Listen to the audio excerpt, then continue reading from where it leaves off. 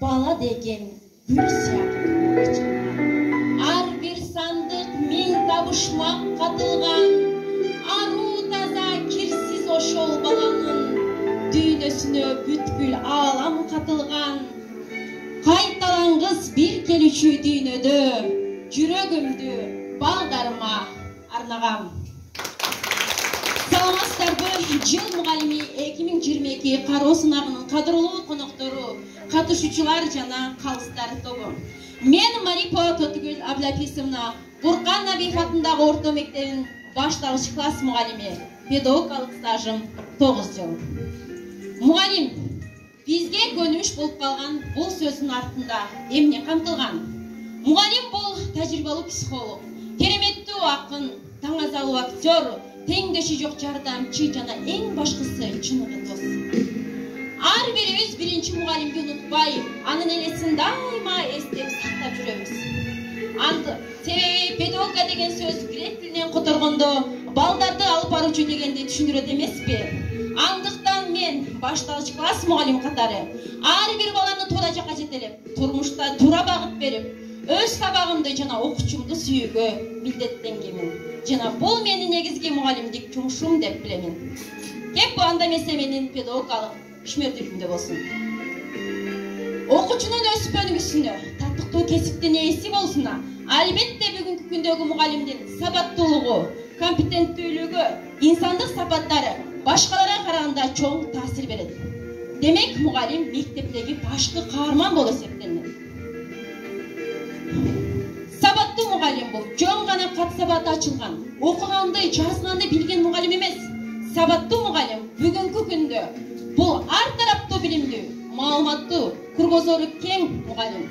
Заманыбыз жыл эмес, саат, ал турган секунд сайын өнүгүп жатканын эч ким тана албайбыз.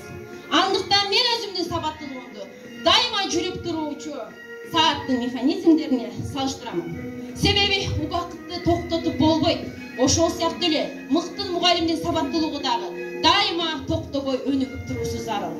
Ал эми мамлекеттик жана мамлекеттик эмес уюмдар тарабынан уюштуруп келе жаткан ар кандай долбоорлор, конкурстар, курстар менин механизмдеги негизги ажырагыс бөлүктөр болуп эсептелет. Окуу керемет долбоору, үй-сайыттын керемет долбоору менен биз башталгыч класс мектептери 2 жылдан бери иштеп келе жатабыз. Андагы үйрөнгөн ар кандай методдор, стратегиялар, күнүмдүк жазуу жумуштары башталгыч класс мугалимдердин билимине билим кошуп, күнүмдүк сабактарында салымы чоң. Башталгыч класс окуучуларында калыптандыруучу баалоо жүргүзүүчүнүн атайын баалоо ап программасы иштеп чыккан. Бул программа негизинде биз балдардан мониторинг алып, алардын жыйынтыктарын ата-энелерге автоматтык түрдө жеткизип, энелер мектебинде талкуулап турабыз. Ааламдашу доорунда адаптацияланган окуучуларга заманбап билим берүү, өз коомунун келечек муундарына татыктуу тарбия берүү 21-чи кылымдын мугалимдин негизги маселелеринин бири. Андыктан мен сабагымда заманбап технологияларды пайдаланып, ай билим, медиа сабак, элдеми, окума KG сайттарынан маалыматтарды алып, интерактивдүү методдорду колдонуп, түрдүү сабак өткөнгө аракет кылам. Окуучулардын билимин текшерүү жана кызыктыруу максатта Kahoot, Google Forma, онлайн тесттерди байма-бай алып турганга умтулам. Марипо Тотугүл биздин мектепке жумушка киргенине эч канча убакыт болбоду. Бирок ошол аз эле убакыттын ичинде дагы Тотугүл өзүнүн эң мыкты экенин көрсөтө алды. Балдарга жеткиликтүү билим берүүдө, ата-энелер менен болгон тыгыз байланышта, коомдук иштерге тартылууда, иш кагаздарын жүргүзүүдө өзүнүн эң мыктылыгын көрсөттү. Ошондуктан мектеп жетекчилиги усундук топтун башчылары менен биргеликте кеңешме өтүп, кеңешмеде Тотугүл эжекейдин иш тажрыйбасын жайылтууну өткөрдүк. Бул педагогикалык кеңешмеде каралып, педагогикалык кеңешменин токтомунун негизинде Тотугүл эжекейдин мыкты сабактарынын үлгүсү, ошондой эле иш кагаздарды жүргүзүүсү жайылтылды. Ар учурдун заман талабына ылайык мугалим өз кесибинин мыктысы болсуна аракеттенүүсү керек болгон агартуучу. Андыктан мен немис жазуучусу, философ Гётенин өзүбүздү ар дайым өнүктүрүп жашартуубуз керек. Антпесек мокой түшөбүз деген философия акылын философиялык сөзүн дайыма акылымда тутамын. Ошондуктан методика, педагогика, психология багыттары боюнча офлайн, онлайн курстарга катышып, бир канча сертификаттардын ээси болдум. Мугалимдин компетенттүүлүгү бул мугалимдин иш билги сапаттары. Мындай сапаттарга педагогикалык кесиптик, уюштуруучулук, коммуникабелдүүлүк, баалоо, инсандык психология, квалификацияны жогорулатуу жана мыйзамдуулукту билүү иш билги сапаттарды киргизет элем. İnsandık sapatları demekçi, zamanımızga жараша балдарыбыз алда канча өнүккөн, кызыгуу учан, умтулуучан, башкача айтканда гиперактивдүү балдар.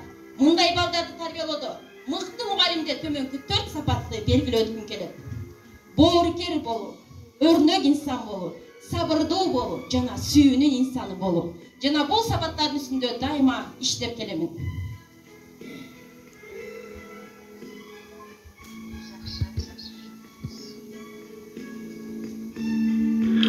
Muğalim көп kurduğu işmerdүүлүктүн ээси демекчи, тотугул эжекебиз башталгыч класстар менен да чектелбесте, жогорку класстын окуучулары менен да тыгыз байланышта. Жыл сайын кыргыз тили жана адабияты сабагынан олимпиадага даярдап, 2 окуучусу райондук турдун катышуучусу болду. Жалпы республикалык тескиде даярдап, 2021 жылдын жыйынтыгында эң жогорку балл 180 болду. Бул биз үчүн жакшы жыйынтык. Марипа Тотугул мектепте жаш өспүрүмдөр оюн жетектеп, Адилет Республикасынын министрлери менен тыгыз иштеп, жума сайын отчет берип, жылдык пландын негизинде ар кандай иш-чараларды өткөрүп турат. 2022 жыл президентибиз тарабынан тоолорду туруктуу өнүктүрүүнүн эл аралык жылы деп жарыяланды. Бул жылдын алкагында мектептин айлана чөйрөсүн көркөмдүрүү, жашылдандыруу максатында таштандын өстүрүүчү урун алуу үчүн марафон уюштурду. Мугалим бул сыйкырдуу бир дарактай, жайдыр кыштыр бышып турган мөмөсү демекчи, мен өзүмдүн сиздер менен акыркы мөмөм менен ийгиликтер менен тааныштырып өткүм келет.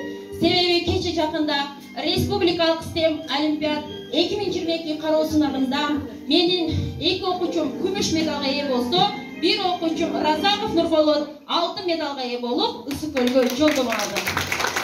Бул ийгиликтерге жетиш үчүн мен жыл бою мезгил менен жараша, мезгилден артта калбай, дайыма педагогикалык ишмердүүлүгүмдүн үстүндө иштеп, өнүктүрүп, өстүрүп турам. Көңүл бурганыңыздар үчүн чоң рахмат.